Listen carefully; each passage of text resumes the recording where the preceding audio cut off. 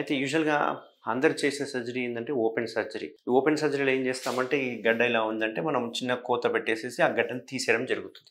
So, ఇది open surgery అన్నట్టు. But మన టీఆర్‌హెచ్‌లో మనం చేసే 2 లేటెస్ట్ సర్జరీస్ ఏంది అంటే ఏ టైప్‌లో ఎక్కడ ఉన్న క్లాక్‌లో ఉన్నా గాని నిప్పులు అంటాం కదా! ఇది నిప్పులు అనుకుంటే గనక దీని చుట్టూ ఉండేది ఏరియోలా అంటాం. ఈ ఏరియోలా దగ్గరనే ఇన్సిషన్ ఇచ్చి ఈ నిప్పుల దగ్గరనే మనం చిన్న ఇన్సిషన్ ఇచ్చి ఇక్కడ నుంచి ఈ గడ్డని తీయడం జరుగుతుందన్నట్టు.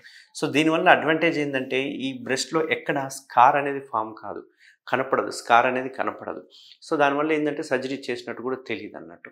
అంతేకాకుండా ఇప్పుడు మన టీఆర్‌హెచ్‌లో లేటెస్ట్‌గా చేసే సర్జరీ పేరు ఏదైతే ఉందో, దాన్నే మైక్రోవేవ్ అబ్లేషన్ అంటామన్నట్టు. Microwave ablation.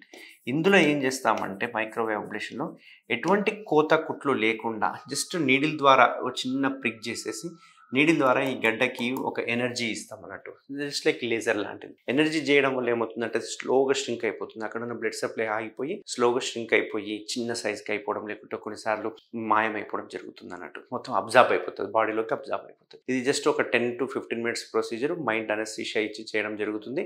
ఎటువంటి పెయిన్ ఉండదు. ఎటువంటి కోత ఉండదు. ఎటువంటి కుట్లు ఉండదు. కొన్ని పెద్ద పెద్ద స్వెల్లింగ్స్ ఉంటే గనక సెకండ్ సిట్టింగ్ కూడా అవసరం పడే అవకాశాలుంటాయి. బట్ మోర్ దెన్ 3-4 సెంటీమీటర్ ఉంటే గనక 1 సిట్టింగ్‌లోనే పోయే అవకాశం ఉంది.